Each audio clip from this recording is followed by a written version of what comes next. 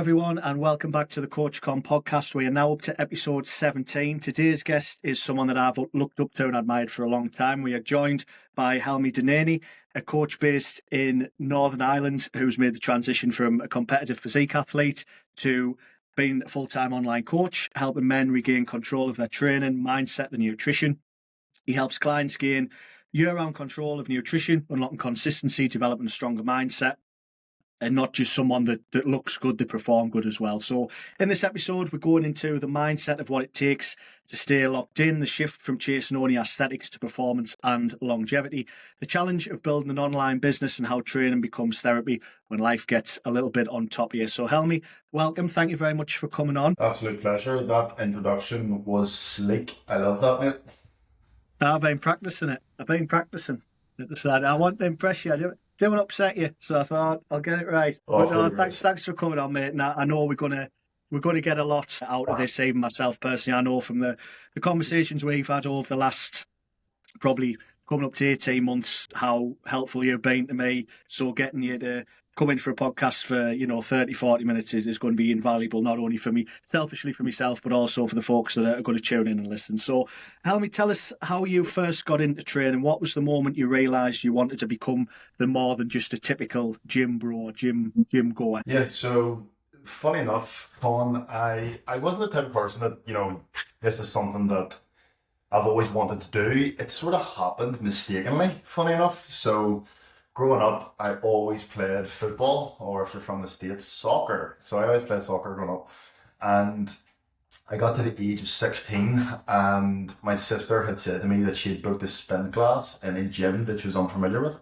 And she just felt a little bit nervous. She asked me to go and I said, no, thanks, I'm not into the gym. That's not my thing, And she said, well, what if I give you £5? Would you go? And I was like, right, I'm 16, now we're talking. So she gave me £5 to go to the gym. She went to spin class, I used the gym. She just wanted to feel comfortable going in, and pretty much that's literally how I get into it. That's when I was 16, and then I probably flirted with the gym for about a year and a half or so while still playing football. And I then came to the decision of, right, I'm going to have to pick one of the two here, either go all in with the gym or continue to pursue a professional career in football, which wasn't going to happen. So I had to be realistic, and I was like, right, I'm going to sack off football and I'm going to go full-time gym. So I would say maybe just before I turned 18, maybe when I was 18, that's whenever I fully committed to it, and that's whenever I decided to do my level 2, level 3. So yeah, it was literally like, it wasn't like a deep desire or passion. It was just sort of like an organic transition from football to, I'm going to do this gym thing now, which is different from a lot of other people. Fair enough. And as I say, from there as well, of course, you went on to be very successful in, the bodybuilding space, competing. So what was that journey like? And looking back, I'd love to know what was the lessons from that phase and the preps and so on. Yeah. So I would say that, being new on the scene as a coach, the one thing that I looked up to with a lot of people was they had authority. So the guys that I was paying to go on their courses, the guys that I listened to on podcasts, and the people that, I just overall consumed, the one thing that they had was authority. And that authority came from, they were able to put themselves in a position that, just yielded hard work, or when you look at them, you're just like, right, they work hard. So for me, when I started training, I always had the goal to be that person who stomps authority, but not in a way that's, like an egotistical way, more so I just want to be in that position so I can help other people, of course. So it just started off regular training. With the regular training, as you start to progress more, your vision and your goals start to become bigger. I went from just, like fitness training to, right, let's start this bodybuilding thing. And then it went from like, let's do a bit of bodybuilding to, right, okay, let's book my first photo shoot. From my first photo shoot, it then made me realize that there's levels to the game. So I just consciously, but also subconsciously worked the ranks with regards to getting, becoming more strict with my food, and obviously like just working with higher level coaches, you could say. And that slowly and incrementally brought me to a bodybuilding stage. The first show that I done was a fitness show. I wouldn't really say it's bodybuilding, but I did do a bodybuilding prep to get to it. And then after that, it was literally just bodybuilding. The funny thing is, Colin, is that I never see myself as a bodybuilder. When I worked with Mark Coles, he always said to me, "You are a bodybuilder." And I'm like, "I'm not, I'm much greater than a bodybuilder." That's what I thought in my head. And he said, "When you train, what type of training do you do?" And I was like, "Hypertrophy." And he was like, "You're a bodybuilder, aren't you?" And I was like, "Right, okay, but I want to be greater than that." And he said, "You are a bodybuilder," which is quite funny. But yeah, so that was pretty much how I entered into bodybuilding. It was just, I knew this was my job, my role. This is what I done every single day. And I looked at bodybuilding as, right, this is a level or a level of prestige that I need to get to in order for me to stomp down authority, but also for me to just progress. You know, if I was doing a nine to five, there's a career ladder. With what we do, the career ladder is, how can you stomp down the most authority so people can look at you, but that is the dude that I want to go to. So that's pretty much how I came about doing the bodybuilding thing. Certainly. Yeah, no, it's very much a journey that's contained a lot of sacrifice and self-development, and it's certainly something that's very inspiring, the guys that compete and go through this journey. But one thing as well that obviously is now super important to you is being a full-time coach. So how did you kind of get into that? And was that the thing where you kind of thought, you know, I want to be able to help people do what I've done now? Was it that sort of transition where you thought, yeah, I want to help people do this now? Yeah, absolutely. I mean, at the start, the belief wasn't exactly there. Don't get me wrong. You know, I had clients. I done my qualifications when I was 18. I was qualified when I was 19. I was immediately booked out, not bragging, but I was booked out on the gym floor because it was off the back end of me doing the photo shoot. I done a photo shoot and then 2 weeks later I done the competition. So I used all that content, put it out, and I was like, "I'm now a coach, I can help you guys." That's how it started. And see, to be honest, Colin, like, I didn't start out like, I really want to help people. I just started because I was like, I train, you know, I done a photo shoot, I can help people do it. I done it for my own gain at the start. And I wasn't, don't get me wrong, it's not to say that I didn't care about the people, but compared to now, it's completely different the way I look at it. But back then, it was just the natural thing to do as a PT. You get clients and you get them results. From there, going into full-time coaching, I would say the difference, honestly, would be communicating with clients, having check-ins, and people expressing how they feel and how you're actually changing their lives. Whenever I started to get a taste of that, that is whenever I realized that it's not just, you know, giving someone a food plan, a training plan. You're directly helping them in so many areas of their lives. So I would say from there, that's whenever I was like, right, this is my full-time gig. Yeah, does that answer the question? Yeah, no, 1 million%. And then, of course, you've transitioned to the online side. And then how were you able to do that? And what was the decision behind it? Was it wanting the more freedom and that kind of thing? Honestly, mate, it wasn't even, it was lockdown. So lockdown forced us to obviously work online. From transitioning my clients from the floor to online throughout lockdown, obviously for everyone it was like doomsday. You know, everyone thought the world was going to end. Ever from that happened, I had been journaling about being online maybe 2 years prior to it. And whenever lockdown was over and everyone could go back to the gym, that is where I had to make a decision. Am I going back to the gym to stay comfortable, or do I actually want to work online? The same thing is whenever I started training, I seen bodybuilding as a way of working the ranks and actually progressing the career ladder. Whenever you're a PT and you're working on the floor, the goal is always to be online. So I said to myself, it's the next natural step of progression. I have to go online. So I've always thought about it. I knew that I could impact, you know, a lot more people, like from a further distance.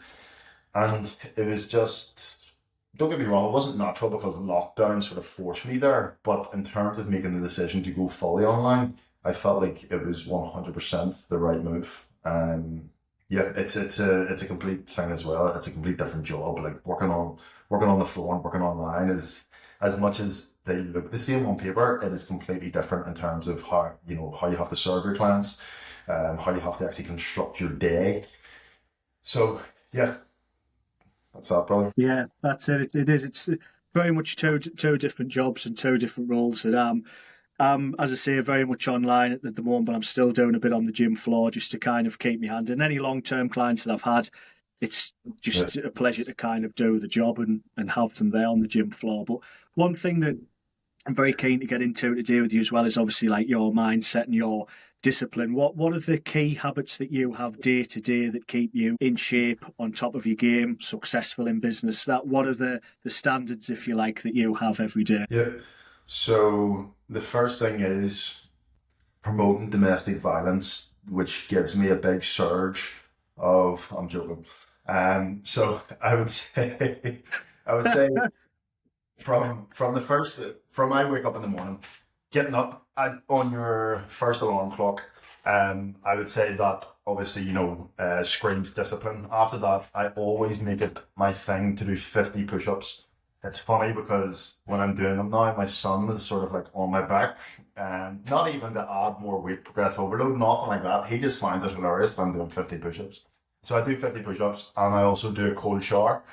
And then, believe it or not, I've been indirectly fasting, so I don't eat until I'm up at like between 5 and 6, and I don't eat until like 11, 12. So yeah, I would say first alarm, push-ups, cold water, and then fast, get a decent work block out of the way. Everyone can do this, Con, but the difference is whenever you're going through shitty times, whenever you go on holiday, I make sure that I maintain all of that. And I would say that's what's helped me massively over the years. I've had many different routines, but actually being able to consistently do the things that help you grow as a person is what obviously changes the game for a lot of people. So at the minute, that would be my 3 or 4 staples. Certainly. No, that's pretty easy, I think, as well, in terms of like, it's not a long sort of routine that you've got, is it really? It's not these long drawn out sort of hours and hours and waking up at Yeah, daft times to try and fit it in. It's achievable. It's normal, yeah, which is very absolutely. good. Before Con, whenever me and the lads, Tony, Dargo, all Emmons, we all done the Wim Hof prep, and honestly, Yeah. mate, it took me 2 hours to leave the house because the routine was just that insane.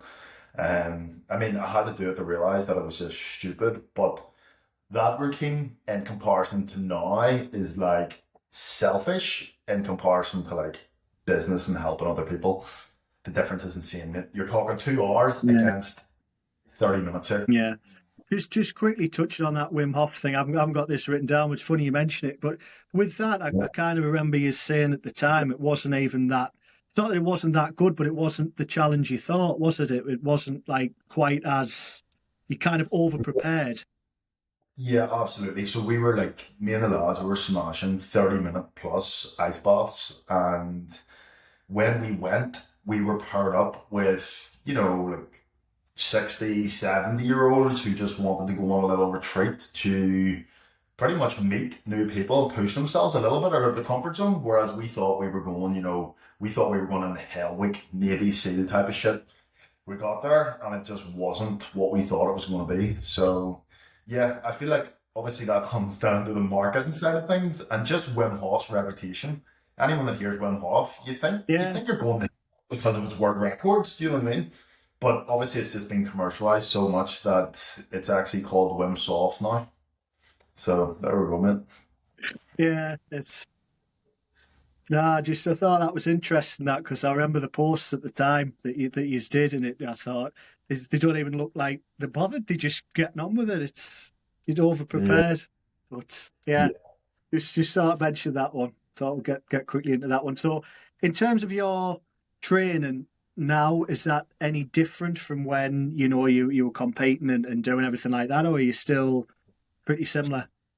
Yeah, mate. So automatically, like full transparency, whenever you're taking less drugs, you can't go as hard with your training. And when I say you can't go as hard, as in your recovery is, your recovery is always going to be slower. I hope you don't mind me saying the D word on the No, on the please. pod.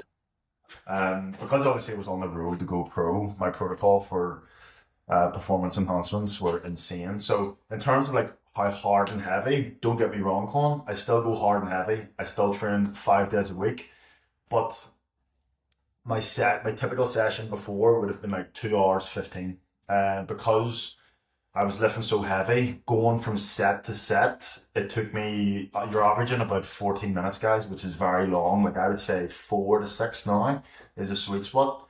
So I would say the difference is literally just recovery before was so much faster, but also my actual sessions, I was in a position where I could lift heavier because I had the support from the performance enhancements.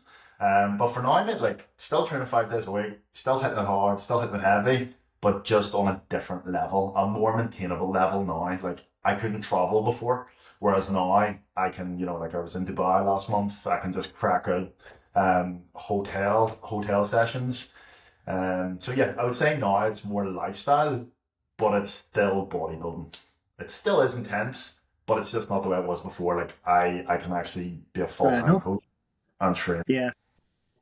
No, and one thing I'd ask as well, obviously you're still in, top condition and everything like that, but obviously life's changed now with you, obviously having the missus and the burn and everything like that. So how do you balance still looking good and still being if you like a bodybuilder at heart, to then balancing the family life? How can people get better at that side of things? Honestly, this might sound like a cop-out answer, or maybe not the answer that people want to hear, but if it wasn't for Mel, if I was with someone else, it would be very hard for me. Mel allows and respects that we both, we both have different roles in the household.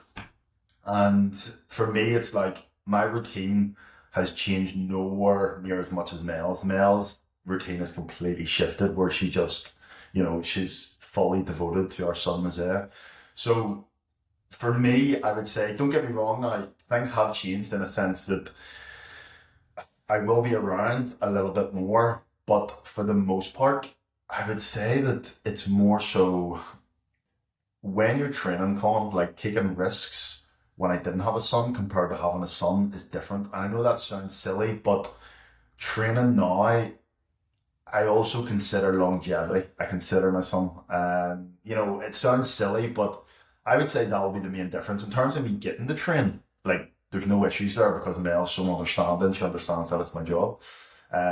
But I would say, honestly, if you're in a position, as a dad and you're finding it hard, if you've had a newborn or you're having a kid, it's about communication. Like Mel also has to train. It's ultimately about communication. And I feel like at the start, Mel, there was a wee bit of, a little bit of, I wouldn't say envy, but more resent because my life didn't really change much and hers did. After time, just communicating, what's important to both of us in order for us to actually be the best parents we can be. I would say that would be the main thing, just communicating and being realistic with regards to what is possible with, my routine and Mel's routine. So I don't know if that answers the question yet, but there we go. No, that's great advice, because like I say, I think a lot of people fall into the trap of when they become a parent that routine kind of goes out the window and they kind of let themselves go and things like that. But I think from everything I've seen, you two handle it very well, and ultimately communication is, I think a big one. So that's a very good point, certainly. Yeah, just on that, I don't think I give Mel enough credit there. Mel has really leaned into being a mother, and the reason why that's helped me is because she knows that it's not we spend 50-50 time with Nazir. She knows that she spends the majority of time with him while I go out and work. So we do have, in a sense, not completely, but we do have a traditional setup. That, in comparison to two people who are doing 50-50, I genuinely believe that you can't have the expectation that you're going to maintain the same routine as before. If you're doing night feeds, if you're doing everything like that, the worst thing you can do is try to be the person you were before you had a baby, as in you need to change your approach. As your circumstance changes, your approach needs to change. So that would be the main piece of advice I would give. No, I like that. Understandable. Thank you for sharing that. And just touching on sort of the client coaching, the work that you do. So say you take on a new client who's completely out of control, they're struggling with the nutrition, the training, the mindset. What's kind of your first move to help them rebuild and get better than last time? So first off, you would need to understand in terms of future what they have in their head. So what are their goals? Everyone has the same goal, Con. Everyone wants to look better and feel better, but we need to distill that down to metrics because one of my clients to feel better, it's all about strength. The other one, it's about being recognized in certain environments. So I would say, as basic as it is, start off with goals, number one. When we get goals in place, we need to understand why they're in the position that they're in, because this way, whenever we get the goals are more, they can actually obtain the goals. So understand why they're in the position that they're in, have the goals in place, and make sure that we address the main problem here. We need to make sure that the reason why they're in the position, the behaviors that got them there, we need to make sure that then behaviors don't constantly, recycle. So we would sort that, we would set goals in place, get them to the goals. Then when they get to their goal, they'll feel like shit. And then we'll just sort of, realign them and go again. But I would say that seems pretty basic. Whenever you're actually, whenever I'm working with someone one-to-one, there's a lot more to it. There's a lot more communication. We would take like a call, like 1 hour 30 of just diving into why they are the way they are and why they want what they want and how their life is going to change. So all sort of, it's when I'm saying it, I don't feel like it gives it credit, but there is an element of like human behavior counseling behind me working with a client because I know I can guarantee them the physical result. It's just I need to understand what's going on in between the ears. Yeah, certainly. I think that's one thing a lot of coaches get wrong, and they don't get that proper contact time almost with them and learn what's going on in their lives. It's maybe just the thing of, right, here's your food plan, here's your training, say it next week's check-in. I think there's definitely a lot of that I've seen just with different people. It's not getting that actual proper connection with someone, which is, I think, what separates the good from the bad and the people that have a business going for years and ones that kind of have them for 5 minutes, But one thing I'd ask as well, just with that, what sort of systems do you have in place to help clients with the consistency, of course, when you're not sort of in the room with the client? Obviously, you're working remotely with people. So what do you have in there? Is it kind of just them touch points throughout the week, or is there anything specific that you kind of add in there? Yeah, so obviously, like everyone, will do check-ins, but outside of check-ins, we will just communicate through the communication service. And my clients feel that when problems arise, they can communicate it with me. So, example, currently going through a bit of a serious problem with the client at the minute. How we deal with it is I need to understand his situation before, because the thing is, if a client says to me, Helmi, I can't stick to my food plan because I'm really stressed at the minute. Whenever I receive messages like that, instead of me saying, let's get on a call, let's sort it, I want to understand them a little bit more. So I'll ask questions, we'll go back and forward on the communication service, and then it'll get to the point that we will book a call. When we book the call, it's not a matter of me motivating them, Con. It's a matter of me understanding why they're in the situation that they're in. And also, it's just making them aware if they continue to repeat the same behavior, where it's going to lead them. I'm just there to let people know the things that they already know, but also I'll obviously add my input from my own experience and other clients' experience. So I'm there as a support network through a communication service, but also there to do what we're doing now, like a live call, in order to make sure that I'm in their corner. And I also need to make sure that they have a plan and they don't feel out of control. Remember what I previously said about becoming a parent? Once your circumstance changes, your plan changes. That's what I need to make sure. And that's one thing we do on the call. We need to make sure that we're not following the same plan if we have a different level of motivation or we have a different circumstance that doesn't actually warrant, the same level of behavior or the same amount of energy that we're putting in to getting the result. Yeah. No, that's brilliant. No, I like that. And something that I'd like to touch on as well, obviously your sort of the challenges and growth that you've had. What would you say your biggest failures been, either sort of business or personal? And what did that teach you? And how did you, learn from that? I would say you could probably relate with this as well, but whenever you start to take the gym more serious and your diet more serious, people start to perceive you different because you're going through an identity shift. That's one thing that really got inside my head because I felt like people perceive me as who does he think he is? And when I was in that position, what it taught me was, do I succumb to them people or do I do the bold thing and move away, become a loner and see what happens? And that's one thing that I had to do in the early days. The thing with that is that without, sounding too cocky, but I've outgrew many environments that it got to the point that I was just rinse and repeat. It's like every single time that people started to judge me because of my behavior, it just got to the point where I was like, I don't care. I'm just moving on. See you later. Bye. Moving on. I would say that taught me that don't have resent towards people who don't understand what you're doing. That would be a big one.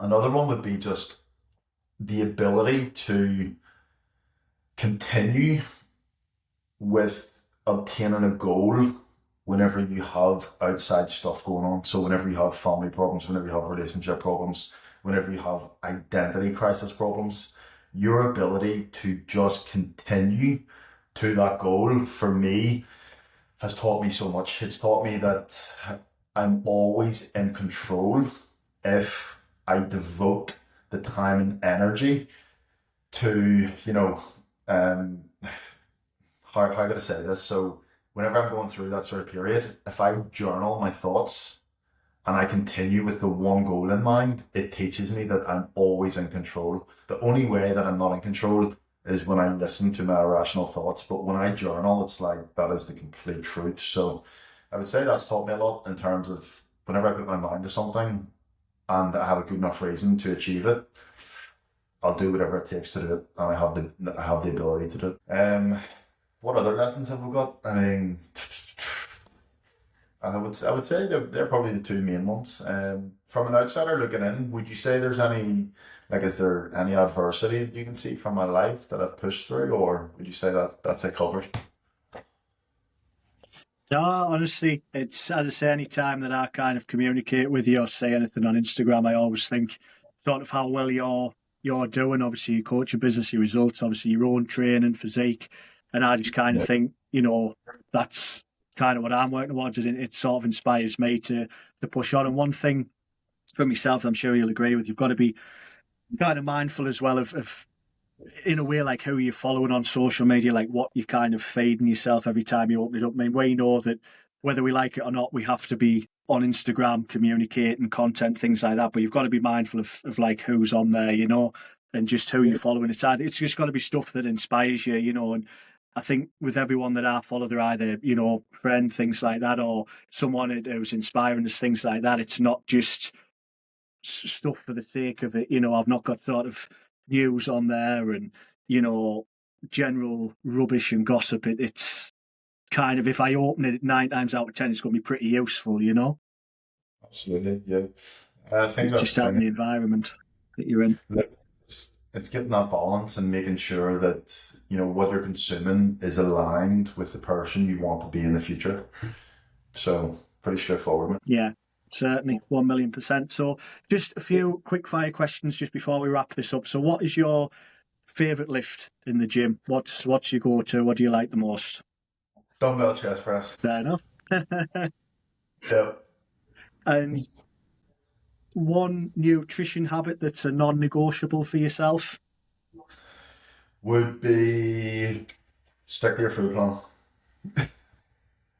Fair. No, I like that one. And is there one particular app or tool that you use for coaching your clients that is like essential? Maybe not for coaching clients, but what I do believe is essential is let me get the name of it here. Sleep cycle, it's called. It's actually an alarm clock that I recommend to all my clients. It pulls you out of your sleep Brilliant. as opposed to the default alarm that's on most phones where it's just like goes off. It starts off very low and gradually gets higher, so it actually pulls you out so you're more hormonally regulated in the morning. That honestly, from my use that, it's a game changer. It also tracks your sleep, which is obviously really good to have a record of. Fantastic. I like that. And just the last quick fire one is the one myth you're tired of hearing in the fitness space.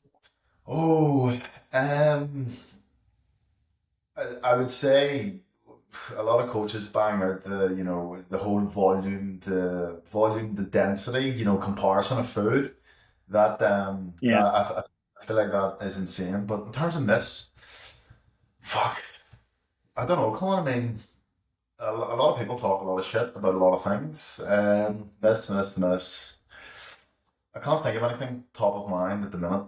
Um, I don't know. I mean, if you, in terms of your a myth that you hear and you're like, that's full of shit, could you tell me so I can sort of I think think the about it? one that, and this is, yeah, I think the one thing that I'm getting tired of saying and hearing about is sort of the science-based lifting and the optimal this and the optimal angle and Yes. this the whole thing about the reps in reserve, and it's getting a little bit silly. We've stepped away too much from basics and training heavy and hard, I think.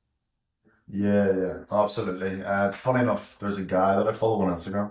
As you're talking about myths, he stitched some guy's video, right? And this is where it becomes a bit crazy. But the guy that he stitched was absolutely massive. You're talking 300 pounds, shredded massive, right? This guy's sitting at like 160 in a bulk, and he's looking at this guy and he's critiquing how wrong he's doing things. So yeah, 100%. What you're saying is like at the minute the whole science-based stuff in the past year or so has really taken off, but I feel like that'll fizzle out. But yeah, I don't know if that's a myth, but yeah, whenever I see that stuff, I'm just like, these guys don't live in the same reality as us. It is getting very silly. It's very much. I mean, the gym that I train in, which is fantastic, Ultraflex, Durham. Like it's very very good. But there are even a few things that I'm seeing people come in and some of the training I'm seeing with the cuffs and the day handles and and sometimes you just I mean I'm certainly not the biggest or anything like that, but I kind of think it's like you just sometimes have to just pick a bar up and get it shifted. It's not about prattling about with a 10-minute setup of moving a bench and getting your cuff and just get on with it. It's Yeah, and then as I say, we know where a lot of the time you're saying it, but folks are nowhere close to failure and they can't wait to get on the phone in between sets. yeah, It's the drop the weight, bang, phone, and you scrolling. It's rubbish. It's nonsense. It's as I say. I mean, I have my phone in there, but it's aeroplane mode, and then all I have my power saver mode on. The only app I have on there is Spotify, and then that's it. That's my music done. I cannot be disturbed. So yeah. it, I think, man, honestly, like see the whole phone situation in the gym. I've done it for many years now, mate. I just take a phone with no SIM card, and that's my logbook and my Spotify.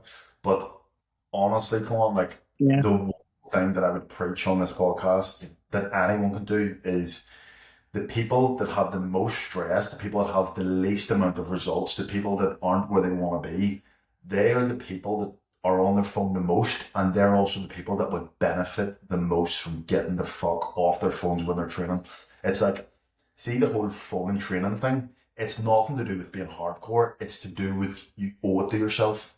It's you taking one yeah, hour to respect yourself to put that phone away because you're on the phone from you wake up to you go to bed. 1 hour at the start, like anything, it'll be hard. You'll want to grab it, you'll want to do it, but once you actually, build that into your routine, it becomes habit, and it gets to the point yeah. that see if I turn this off flight mode when I'm training, I am disgusting. I should kill myself because that is not acceptable, and that just becomes a standard over time of not doing it.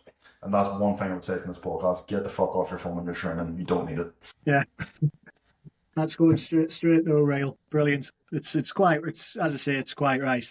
But the last thing that I'll say is where's best for people to find you, to reach out to you, to see your content. What's best? I would say, is this the part where I drop my address, or is it my socials? Just your socials on this occasion.